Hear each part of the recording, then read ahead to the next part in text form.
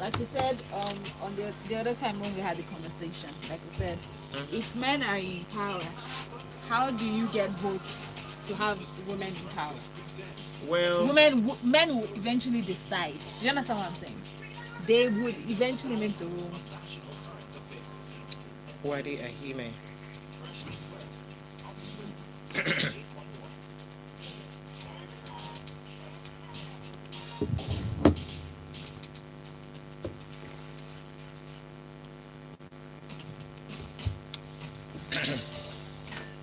Ready?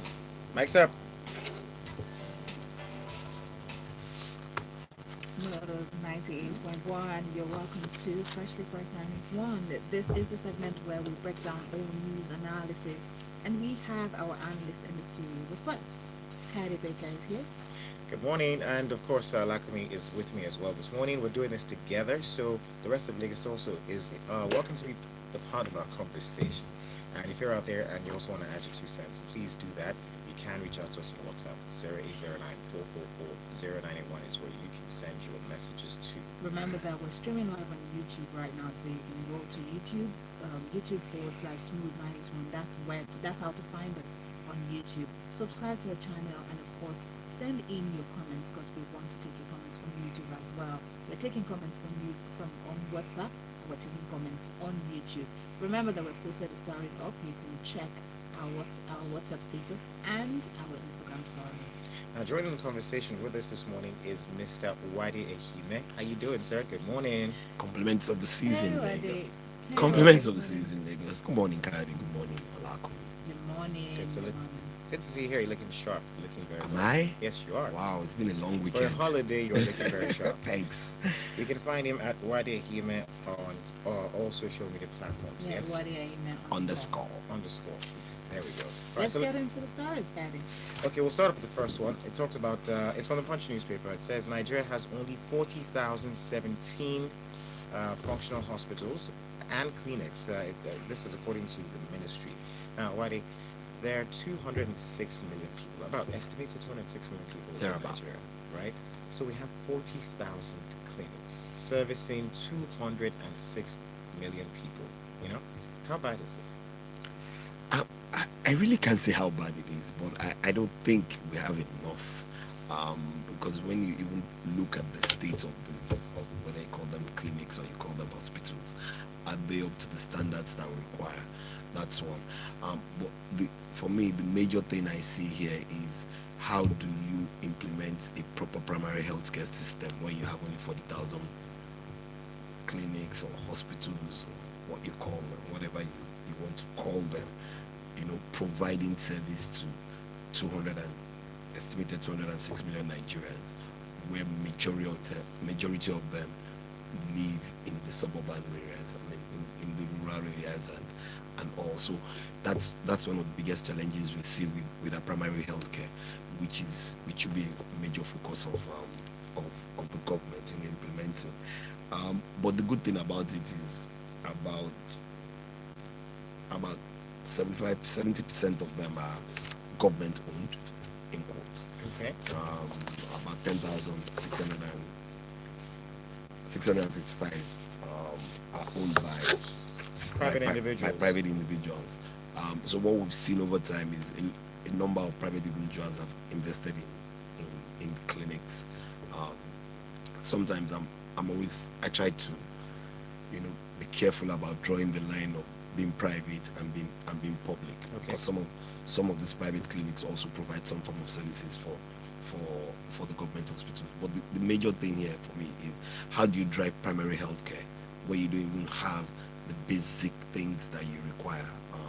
Small health centers, small clinics that will provide services for mostly the rural areas, and that's why we see that huge gap in in in healthcare. We're seeing states like Lagos have at least 1,875, For about according to 30 million, for about 30 30 million million Lagosians. Now you would understand why a lot of people self-medicate. But now that we've talked about how, some are partly owned by the government, I mean, some are owned by the government, some are owned by regular individuals. Here we've talked about subsidy in different types of the economy. Is there something that the government can do to improve on the numbers of these, these clinics, these primary healthcare centers? Because states like Borno State, for example, sorry to cut you short, Borno State, Bayelsa, they have the least numbers. And when I'm talking about least numbers, they have less than 700, 800. For a state that takes as much as 50 to, not 50, that takes as much as 15 to 20 million people. So, I mean, what can be done? Go back to the basics. Investing.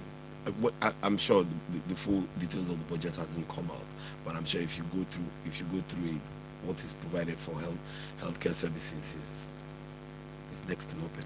So where continually the government has continually failed to invest in healthcare, failed to invest in education, these are the things that we see, and this is where the major problem comes to. You find out that some time back, you had doctors who, like, you have the what do you call them, doctors in the air.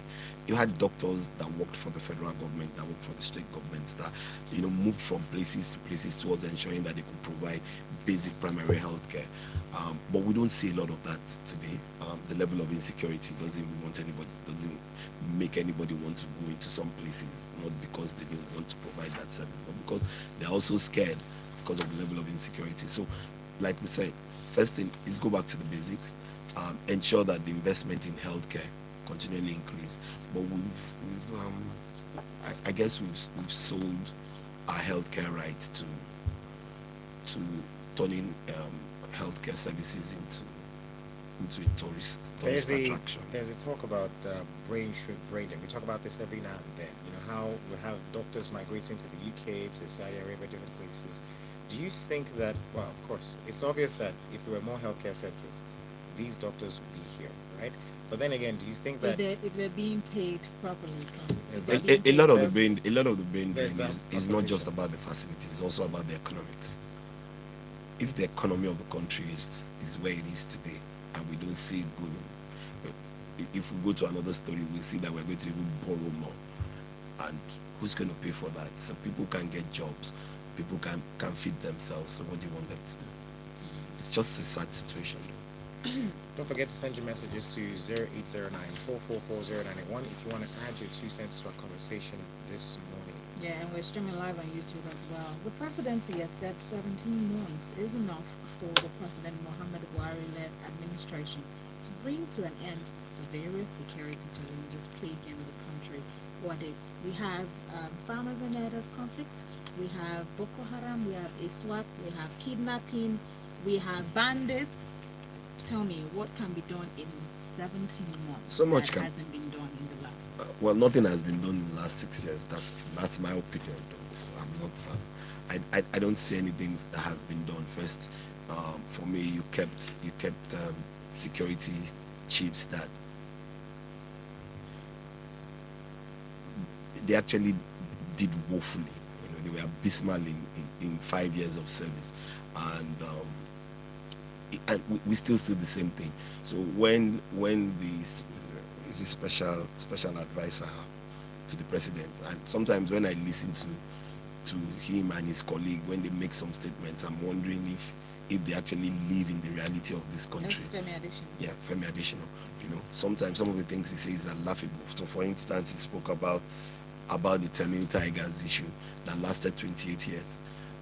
It lasted 28 years because the rebels refused 9 out of 10 times to agree to all the resolutions that came in, and it took someone who had seen the war start as a 12-15-year-old to come. And sometimes we need to go to the extreme, and it's unfortunate I'm saying this on air, but sometimes we need to do the extreme. But where we're continually seeing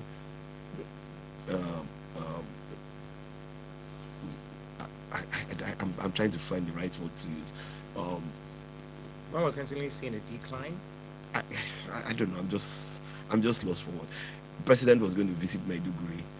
Rockets were fired to the airport. So it's, and you tell me in 17 months, one, the body language has not shown that you're going to be able to do anything. Do you think that they're relying on China's help? There's a news story on China. First we heard that once the Toscana airplanes came in, the insurgents were going to be wiped away. How many months after? Almost a year. So China is going to help us out The now Tucano aircraft. with more Tucana. That's fine. Anyway, I'm not sure it will be done in 17 months. Because first and foremost, anybody who wants sincerity comes from the body language. The body language does not speak to the fact that insecurity challenges are going to be wiped out in 17 months. So I beg to wonder what Femi Adesina is talking about, really. All right. If you're out there and you think the same, don't forget to send your messages like we mentioned. Real quick, let's move on to our next story. This comes from the Punch newspaper. It says federal government plans 12 trillion naira fresh borrowing. Public debt now to hit 50 trillion by 2023. Now, we could go deeper and deep into this story, but I want to ask this question: is it absolutely necessary to borrow more money? With the things you plan to do, yes. At the moment, we stand at the 38 trillion naira, 38 trillion in debts at the moment, right? And we're going to borrow more money. And the government is talking about paying salaries, reducing this debt, financing more infrastructure. The budget at the moment, it's 17 trillion. So we're borrowing more money, but then again, it feels as though nothing is done. And you're saying that we should, No, I'm not saying we should. I said we will need to, because if you are going to have a revenue base of 9 to 10 billion and your budget is 9 to 10 trillion and your budget is 16 trillion, how do you fund it? Is there a reason our budget has to be over what we can spend? Yeah, because your expenditure is higher than how much you can earn. That's the reality. So how then do we improve on the expenditure part? How then do we improve on, not First spending and foremost, cut the cost of governance, Okay. which is a huge part of it, which successive governments, not just this government, successive governments have refused, let me not say refused, have failed to implement. Excuse me. There was a white paper under the Jonathan administration, which the president said, "Oh, brilliant paper, they were going to implement it." That was 2 years ago. It still hasn't seen the light of day. So the first thing is this: your revenue base is not as good enough. When you lead through some of the things that have been said by some of the economists or some of the people who commented, or go after those who have stolen our monies, and I'm sure when we go to another story about looted funds, we'll talk about some of those things. But the truth is, your tax implementation system is not as efficient as it should be. That's one. To your revenue generation drive. Now, I'm not just talking about the federal government, because when this budget that is being passed is a national budget, let's everybody get that clear, includes the budgets of the states, the local government. So your 17 trillion that has been passed in expenditure is all of Nigeria. So what are the states doing to generate more revenues? A lot of the states are not generating the deal amount of revenue to look after themselves. So like we say every time, they go cap in hand to the federal government every time. So we need to go back to those basics and see how do you generate those revenues within the states, so that you can have enough monies to even internal generated revenue to sustain yourself. Just to recap what you just said now, internally generated revenue from states, and also improve our tax net, and also reduce cost of governance. So you think this is enough to drive down our expenditure as far as things are concerned? Because there's also the part where the government says that they want to reduce, the rate of borrowing by 2025. Reduce the monies that we borrowed, and also when they finish borrowing it by 2023. 3 years. Are we going to have? It's a 3 new years? government Is 2 that's going years to be. enough A new government will be in administration in 2025. But by 2023, 17 months from now, we would have borrowed 50 trillion. That's what they say. Let's see how it goes. All right. Remember that you can send your messages to 0809 444 0981, 0809 444 0981. We're also on YouTube. You can take that message from Shegun. What have politicians invested in health in 20 years? Little. And we want improvement in the health sector. Same for education. The chickens are coming home to roost. All right, Shegun, thank you so much for your message. Let's move on to the next story. The Attorney General of the Federation and Minister of Justice, Abubakar Malami, has said the federal government is judiciously utilizing the looted money recovered from overseas in financing capital projects. Now, his talk is referring to a sum of about $723 million plus that was gotten from Switzerland. There's also they also recovered 311 million from China. Now, he's specific about what the projects are that they're using these looted funds for, and that's where my question comes from. He's saying they're using the looted funds for Kano Abuja Highway, the Lagos Ibadan Expressway, Second Niger Bridge, all of this construction, including school feeding program, agriculture, and basically capital projects, right, Wadi?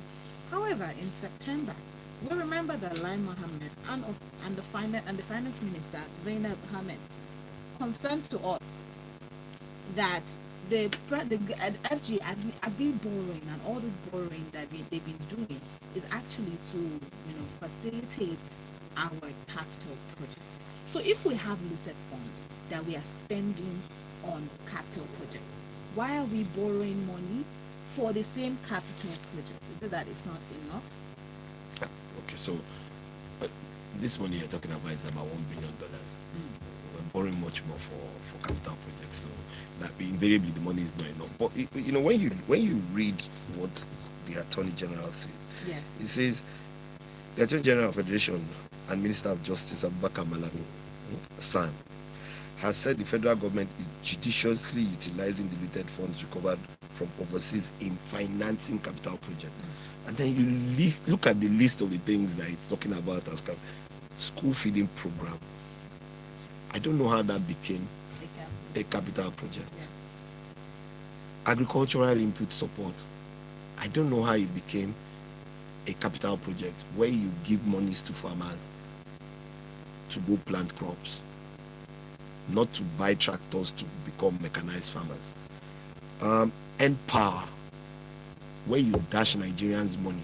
So I don't know how that became capital projects. So when they make the government is borrowing money. I don't know what essentially they are doing. I'm saying no. I mean, from what you're saying. No, that's not what I'm saying. Yeah. He says this person, this. I'm talking about these looted funds. Yes, and what he looted says. funds. Okay. This is the Attorney General saying what they spent the monies on.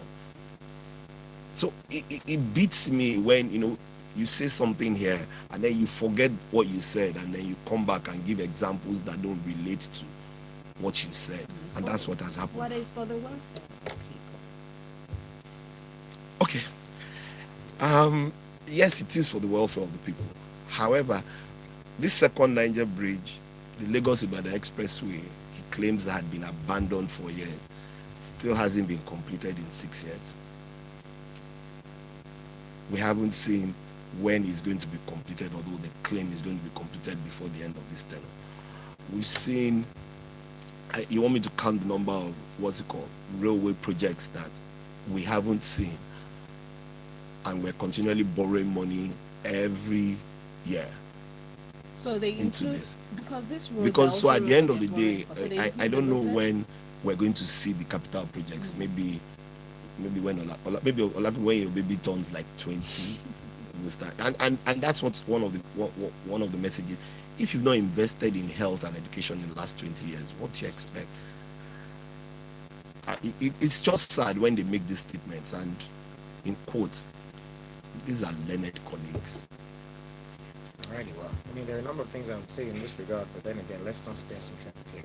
Let's talk about the budget now. This one coming from the Guardian newspaper. It says the National Assembly yet to transfer 2022 budget 3 days to New Year.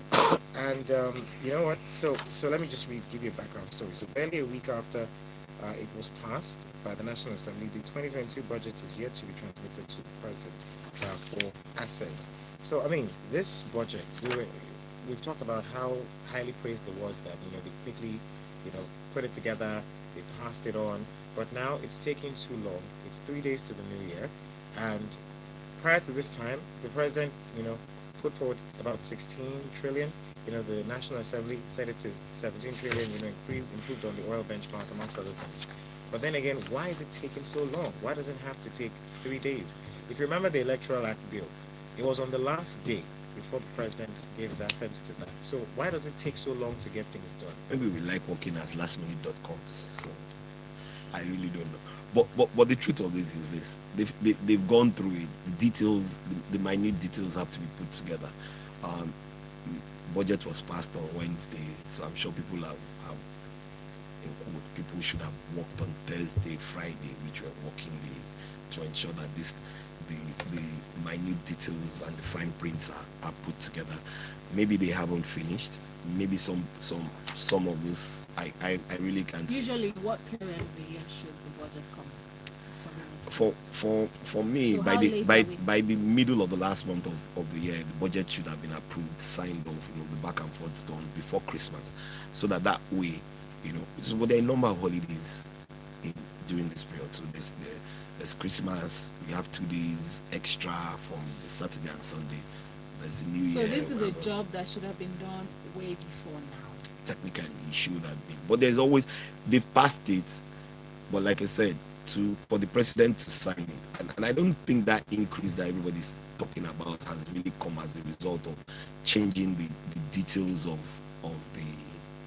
the budget itself. It has probably come from the increase in the benchmark. So let's also take that into consideration. But there are some other things that have come in, some that are going out, and those little things have to be put together. So I'm not sure it's something that when it gets to the table of the president, that it will not be signed off by the first week, if it gets there by the first week. Well, let's say for the sake of argument that it does get there, and then the president says, you know what, there's some fine areas or gray areas. We'll go back. We'll go back again. It won't be the first time that we are not. But ideally, how long is it supposed to be? Budget process should be finalized before the beginning of the budget year. Alrighty. Gulf widens as Nigeria spends 19 trillion naira on Chinese goods in 45 months.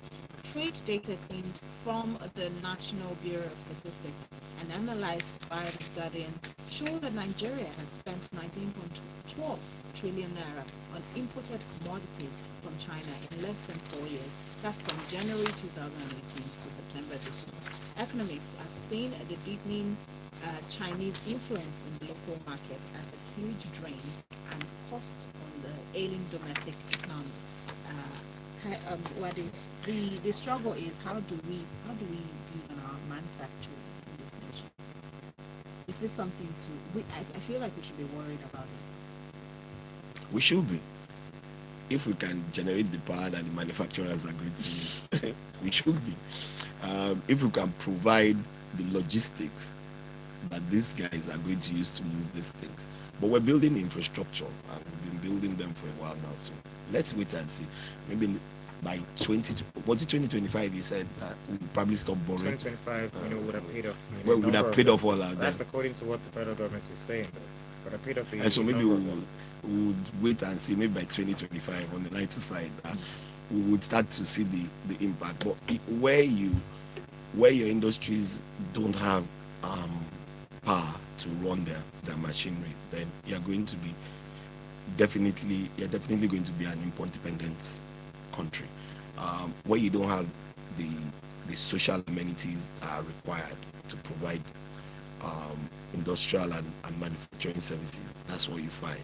And what this just goes to tell me is a very long story.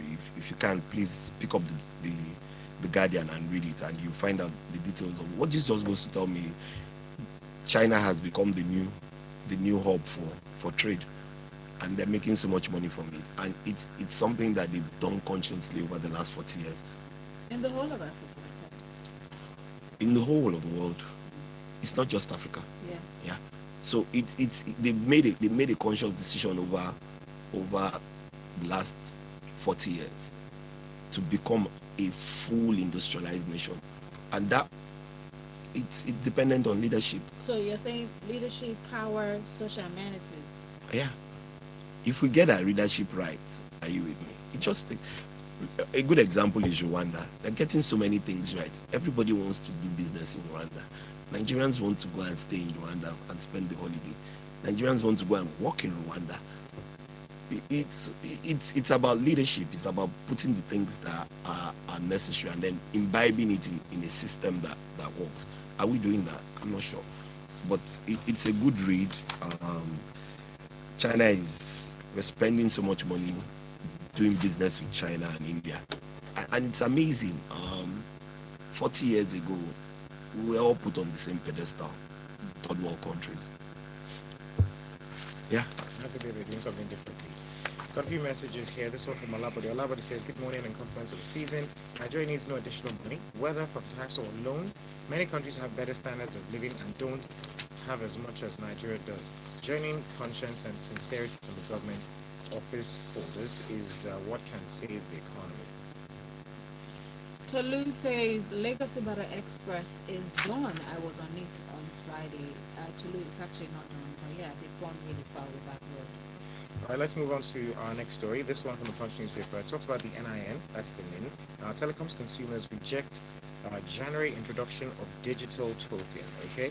And to give you a background story, really, for those out there listening, telecom consumers under the aegis of the National Association of Telecom Subscribers have kicked against the plan by the federal government to introduce a suite of digital tokens to enhance the verification of the national identification number effective January next year.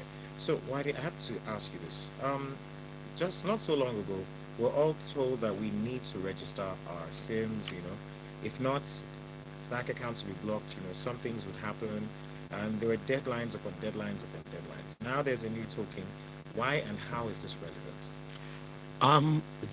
I really don't know the details, so I really have to read about it. But from what I hear, it's this. You want to be able to verify your NIN on the go. Just you.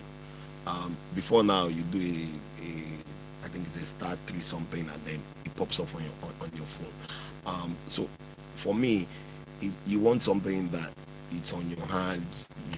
You can store the data in yourself once you generate it, and you can actually ensure that the security features of your NIN have not been compromised. So many things. However, we're living in the age of digitization. Let me put it that way. It still doesn't stop you from the fact that when you register, you have an 11 digits NIN. So I don't know what the concatenation is for the database, but it's still the same thing. If I register my 11 digits and go and take my picture, it's just going to simulate it into this token that we're talking about. Yeah. Plus, if you also look at it, we live in an economy where a lot of people are not as educated. In a sense, they're not tech savvy. So don't you think that this would also be another setback? This conversation was held on Business Express, and I remember that Reuters was talking about this as regards to merchants. That this is actually for merchants. Because but then again, there are still people who do business and cannot work. And not as tech savvy. One of the biggest mistakes we I think we're continually making is when we continually say people are not tech savvy. Even with your Palasa phone, you can do USSD. Market women do it. A lot of and I'm sure Rotus must have mentioned this. The fintech world in code is dealing with a lot of all these sectors and trying to bring them in. And more of them are just, you don't need a Wi-Fi or the internet to do financial business. So you're saying we should not be quick to toss this away? Exactly. So when everybody wants, sorry to say this, but everybody wants relevance, and I think this is what, for me, this is what this is. You haven't spoken to me, so you can't do this. The federal government has a right to look at what he wants to do. Are you with me? The only thing for me is the mode of communication. Are you with me?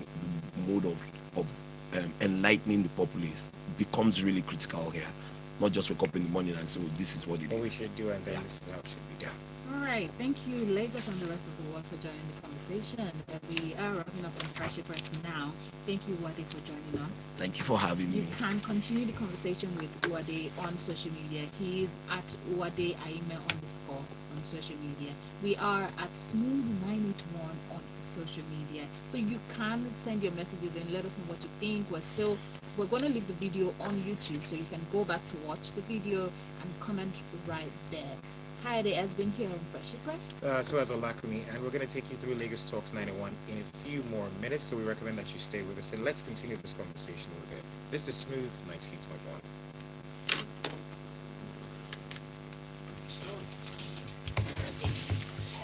All right, thank you Nigeria, so much, Wadi.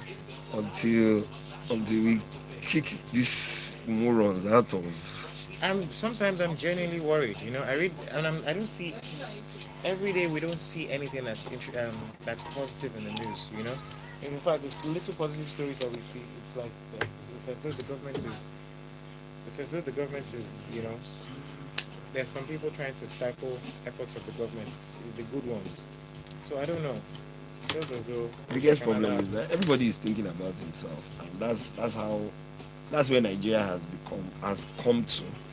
Uh, and the biggest mistake we make is we tend to forget that um, in every season, are you with me?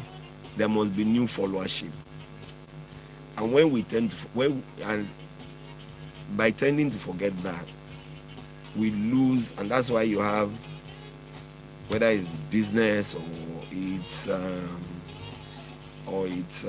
what's it called, music and entertainment. That's why you have some stars. That are thriving better than others. Oh yeah, no, they've gone beyond generations. It's like a Michael Jackson.